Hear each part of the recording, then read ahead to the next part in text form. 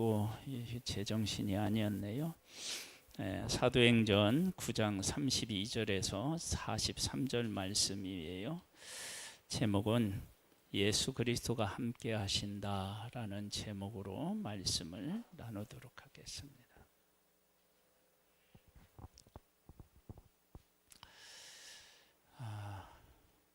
제가 믿음 생활을 이렇게 하면서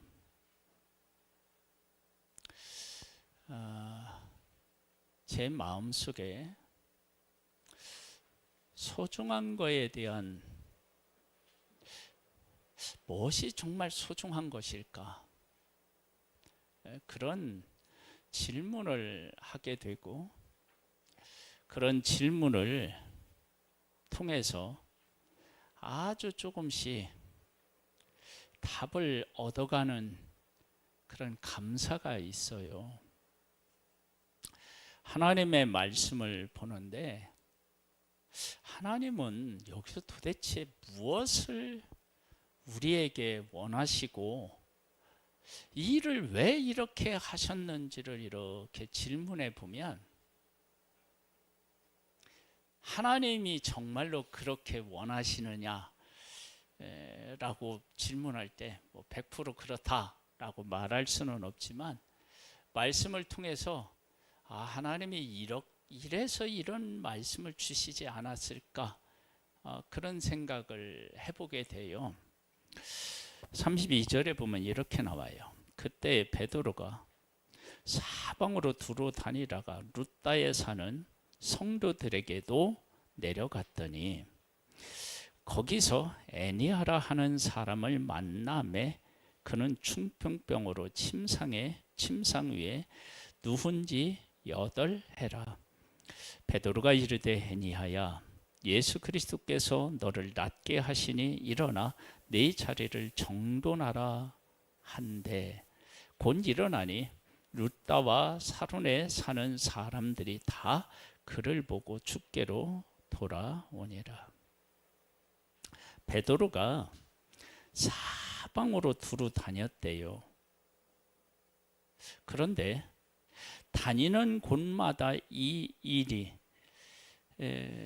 일어났을까 했을 때 아니겠죠. 자, 여러분 이거 지금 전체적인 상황을 한번 우리가 이제 그려본 다음에 이 말을 보면 베드로의 마음이 어떠했을까라고 하는 질문을 해보면 베드로의 마음이 편치 않았을 수도 있고 힘들었을 수도 있겠다라고 하는 생각을 할 수 있어요. 왜냐? 자기들은 이제 예수 그리스도가 누군지를 알고 복음을 전하는데 교회에 엄청난 역사가 일어나는 일에는 자기들이 함께하지 못했어요. 그 일이 뭐냐면 사울의 변화예요. 사울의 변화는 전적으로 하나님께서 하신 일이에요. 제자들은 사울을 피해 도망 다녔고요. 사울은 예수 믿는 사람을 잡아서 옥에 가두려고 가는 도중에 만났기 때문에 완전히 복음의 사각지대에 놓여 있었던 사람이 사울인데 이 사울의 변화에 베드로가 한 일이 아무것도 없는 거예요. 그리고 지금 복음을 들고 이 지역 저기 지역 다니는데 특별한 역사들이 일어나지 않는 거예요. 이런 상황에 놓여 있는 베드로다라고 한번 생각해 보세요. 이건 그냥 상상해 보는 거예요. 그러면 이 지역 저주의 지역을 다니는 그 베드로의 마음이 어떻겠어요? 그런데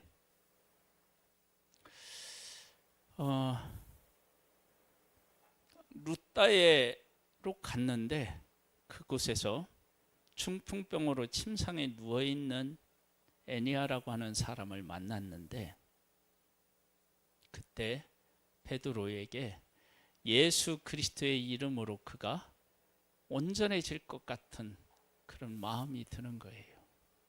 그리고 그에게 선포했더니 그가 낫는 거예요.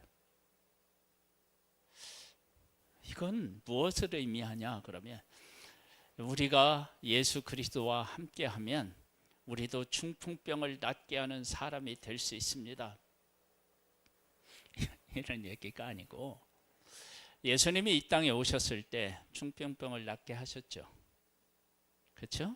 그 다음에 이제 그 36절로부터 가보면 죽은 사람이 다시 살아나는 얘기가 나와요. 그럼 예수님이 죽은 자를 다시 살리셨죠. 그렇죠? 그러면 베드로가 지금 복음을 위해서 이 동네 저 동네로 가고 있는데 중풍병을 고치시고 죽은 자를 살리신 예수 그리스도가 베드로 너와 함께 하고 있어. 그걸 지금 이야기하고 있는 거예요. 그러면 이것은 베드로에게만 하신 이야기냐? 아니에요. 36절로부터 보세요. 요바에 다비다라고 하는 여제자가 있으니 그 이름을 번역하면 도루가라. 선행과 구제하는 일이 힘이 많더니 그때에 병들어 죽음에 시체를 씻어 다락에 누이니라. 한번 보세요. 내가 하나님을 믿고 하나님의 이름으로 예수 그리스도의 이름으로 선행하고 막 구제하는 일을 했어요. 그런데 죽는 거야. 그 다음에 그가 죽는데 교회가 아무런 할 힘이 없는 거야. 그래서 어떻게 되냐면 그 시체를 씻어서 어떻게 해요? 다락에 두는 일밖에 할 일이 없는 거야. 여러분 이런 일이 교회적으로 일어나면 어떻게 되느냐? 힘이 빠지잖아요. 그때 어떤 일이 있었느냐? 룻다가 욥바에서 가까운지라 제자들의 베드로가 거기 있음을 듣고 두 사람을 보내어 지체 말고 와 달라고 간청하여 베드로가 일어나 그들과 함께 가서 이르매 그들이 데리고 다락으로 올라가니 모든 과부가 베드로 곁에 서서 울며 도로가가 그들과 함께 있을 때에 지은 속옷과 겉옷을 다 내보이거늘 베드로가 사람을 다 내보내고 무릎을 꿇고 기도하고 돌이켜 시체를 향하여 이르되 다비다야 일어나라 하니 그가 눈을 떠 베드로를 보고 일어나 앉은지라.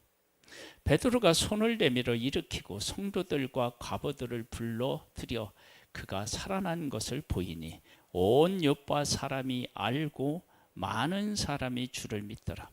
여러분 이건 예수 믿는 사람을 죽은 자를 살려야 된다. 하나님이 우리를 통해서 죽은 자를 살리면 얼마나 좋겠습니까? 이건 그런 의미보다 더 큰 의미가 뭐냐면 우리 아까 나눈 것처럼 예수님이 이 땅에 오셔서 중풍병을 고치셨어요. 죽은 자를 살리셨어요. 근데 그분이 십자가에서 죽으시고 다시 부활하셨지만 승천하셨어요. 눈에 안 보여요. 그런데 그 예수 그리스도를 믿는 제자의 손에 의하여서 중풍병이 낫고 죽은 자가 살아나는 거예요. 이건 베드로의 능력이 아니라 그 일을 하셨던 예수 그리스도가 지금도 살아계셔서 초대교회 성도들과 제자들과 함께 하신다라고 하는 것을 보여주신 거예요. 여러분 이것이 왜 중요하냐 그러면 그 예수님이 지금 우리와 함께 하십니다.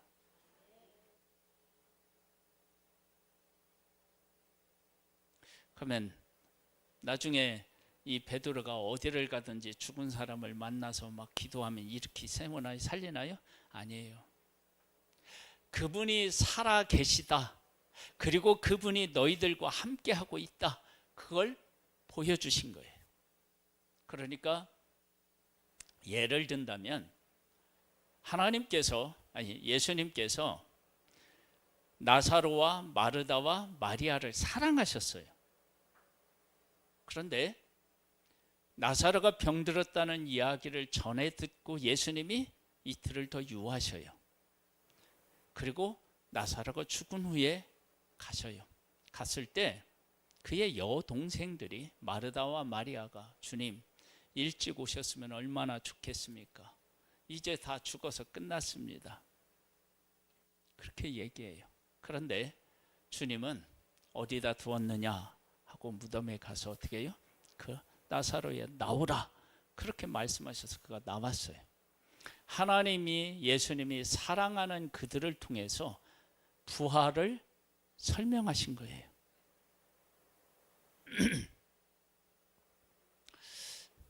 지금 하나님 앞에서 선행과 구제가 힘이 많은 다비다라고 하는 이 여자를 갑자기 데려가신 거예요. 왜 데려가셨는지 모르겠는 거예요. 교회도 이런 일들을 놓고 의문을 품었을 거예요. 그런데 이를 다시 살린 거예요. 그 얘기는 무엇을 얘기하느냐? 예수 그리스도를 믿는 사람에게는 부활이 있음을 우리에게 가르치고, 그가 예수 그리스도의 이름으로 선행과 구제를 했다. 그러면 그것을 하나님이 받으신다라고 하는 것을 이 일을 통해서 분명히 하신 거예요. 그러면 이 일은 다비다라고 하는 한 여제자에게만이 아니라 교회를 향하여 내가 지금 부활했고 부활한 나는 너희들과 함께 하고 있고 너희들이 하는 모든 일들을 내가 지금 기억하고 있고 내가 너희들에게 갚아준다. 그것을 교회에게 지금 말씀하고 계신 거예요. 여러분, 이것이 우리들에게 얼마나 큰 힘이 됩니까? 여러분, 지금 중풍병으로 앓고였을 때 힘들었고요. 죽었을 때 힘들었고요. 그리고 죽음 앞에서 자기들은 무기력한 거야. 아무것도 못하는 거야. 그런데 베드로가 와서 중풍병을 고치고요. 죽은 자를 살리는 거야. 이건 베드로가 한 일이 아니에요. 예전에 이 땅에 계셨을 때 예수님이 중풍병자를 고치고 죽은 자를 살리신 그 예수님이 확실하게 지금 살아있다라고 하는 사실을 교회에게 보여주신 거예요. 그러면 이것을 경험한 교회는 그러면 어떤 것을 하나님이 원하시느냐? 야, 병으로 고통 놓는 거 그거 하나님이 보고 계시고, 그리고 하나님 앞에 선행과 구제하는 것 하나님이 보고 계시고, 하나님께서 그 일에 대하여 어떻게 해요? 상급을 주시는 분이시다라고 하는 사실을 이러한 일을 통해서 알려주신 거예요. 그러면 이러한 일들을 본 초대교회는 어떻게 하느냐? 우리가 죽음 앞에서 아무것도 할 수 없었는데 하나님은 이 죽음을 뛰어넘어서 이렇게 일하시는 하나님이시구나. 우리를 돌보시는 하나님이시구나. 그걸 깨달아는 거예요. 그리고 나서 어떻게 되느냐? 우리가 열심히 주를 위해서 복음을 전하고 주를 위해서 살아야 되겠구나. 이런 것들을 깨우쳐서 계속적으로 그 일을 할 수 있게 하신 분이 바로 하나님이신 거예요. 그러니까 베드로라고 하는 한 인물을 내게 막 능력을 주어서 중풍병도 고치고 죽은 자로 살리고 하는 그 하나님이 주시는 은사가 한 사람에게 막 이렇게 치중해 이렇게 그 한 사람에게 막 몰아주시는 그런 게 아니고 교회에게 야, 너희들 지금 복음을 위해서 살아가는데 이런 문제도 안고 이런 문제도 안고 있는데 살아있는 내가 너희들과 함께해. 그걸 중병병을 낫게 하시는 일로 죽은 자를 살리는 걸로 보여주신 거야. 그러면 이후로는 그럼 교회가 어떻게 살아야 했느냐? 히브리서 11장의 삶을 살아야 돼요. 믿음은 바라는 것들의 실상이고 보이지 않는 것들의 증거니라. 선진들이 이로써 증거를 얻었느니라 그랬어요. 믿음이 없이는 하나님을 기쁘시게 못하나니 하나님께 나아가는 자는 그가 계신 곳과 그가 자기를 찾는 자들에게 상 주시는 이심을 어떻게 해요? 믿어야 한다. 그걸 보여주시는 거예요.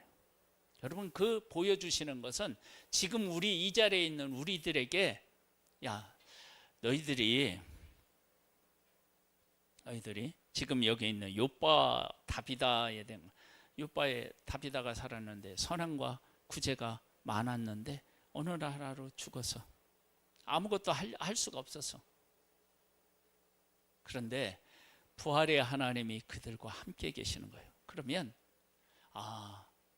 하나님이 우리의 삶에 대해서 우리가 아무것도 할 수 없는 그런 존재로 여겼는데 아니구나. 우리가 하나님의 관심을 받고 있고 하나님께서 우리를 돌보시고 계시고 그분은 지금 살아계셔서 우리와 함께 하시는구나. 그것을 이 사건으로 보여주셔서, 야, 너희들이 지금 하는 일이 열매가 없어 보여도, 우리가 하는 일이 아무것도 아닌 것처럼 혹시 느껴질 때가 있다 할지라도 실망하고 좌절하지 말고 이렇게 함께하는 나와 함께 생명의 역사를 만들어내자. 그렇게 그들에게 찾아오신 거예요. 여러분, 우리가 하나님의 일을 할 때요, 때로는 밑 빠진 독에 물 붓는 것 같은 그러한 때도 있어요. 그래서 실망하고 좌절할 수도 있고. 그런데 이런 사건을 통해서 뭐냐면 중풍병에 걸려 있는데 아무것도 못하는 거예요. 그리고 우리가 아무것도 할 것도 없어요. 죽었는데 아무것도 할 것이 없어요. 그런데 하나님이 베드로를 보내주시는 거예요. 하더니 살리고, 건강케 하고 살리는 거야. 그건 뭐냐면 이 땅에서 병든 자를 살리고 죽은 자를 병든 자를 고치고 죽은 자를 하신 예수님이 우리 눈에 지금 보이지 않지만 살아계셔서 우리와 함께 계셔서 일하고 계시는구나. 여러분, 이걸 하나님 안에서 믿고 그리고 그 믿음 안에서 살아가면 하나님이 우리를 통해서 놀라운 역사를 이루어 가실 것입니다. 그런 믿음으로 앞으로 전진해 나가는 우리 한 사람 한 사람이 되시기를 주님의 이름으로 축복합니다. 아버지 하나님, 하나님은 예수님을 이 땅에 보내주셨고 병든 자를 고치셨습니다. 죽은 자를 살리셨습니다. 근데 그분이 십자가에서 죽으셨지만 다시 부활하셨고 승천하셨습니다. 그 예수님이 부활하고 승천하셨다. 죄와 사망의 권세를 이기고 이기시고 지금도 살아계시고 교회와 함께 하신다는 사실을 이 기적을 통해서 초대교회에 보여주셨습니다. 교회는 그것을 믿고 앞으로 나아가면 세상이 감당할 수 없는 하나님의 사람으로서의 승리가 있습니다. 우리가 그렇게 승리할 수 있게 되기를 소망하고 예수님의 이름으로 기도드립니다. 아멘. 일어나셔서 찬양을 드리겠습니다.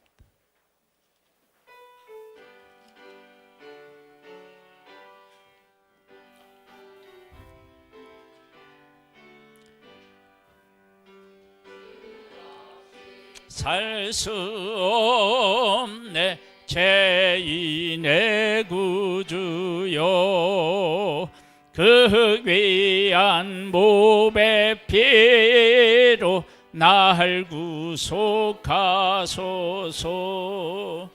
구주의 사랑으로 흘리신 보혈이 내 소망 나의 위로 내 영광 됩니다.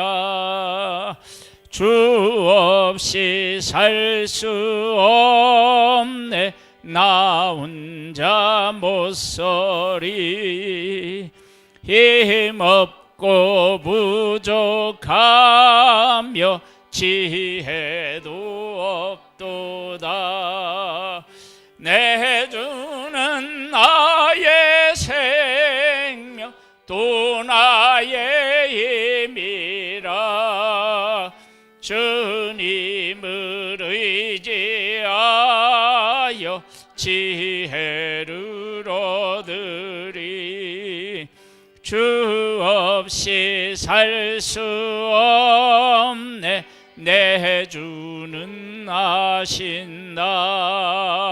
내 영의 깊은 간구 마음의 소원을 주밖에 나의 마음 네 알아주리요. 내 마음 위로하사 평온케 하시네. 주 없이 살 수 없네. 세월이 흐르고 이 깊은 고독 속에 내 생명 끝나도 사나운 풍랑일 때 날 지켜주시리. 내 곁에 계신 주님 늘 힘이 됩니다. 아멘.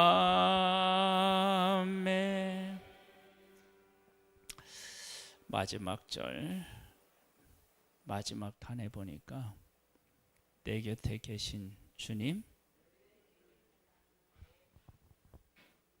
그 옆에 이런 말이 이어서 붙어 있네요. 뭐가요?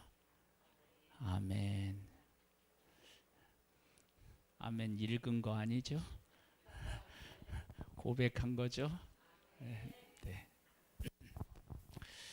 지금은 우리 주 예수 그리스도의 은혜와 하나님의 독생자를 보내주신 그 크신 사랑하심과 성령님의 교통감화 인도 승리케 하시는 은혜가 사랑하는 성도들과 그 가정과 산업과 이 나라, 이 민족 위에 이제로부터 영원토록 함께 있을지어다. 아멘.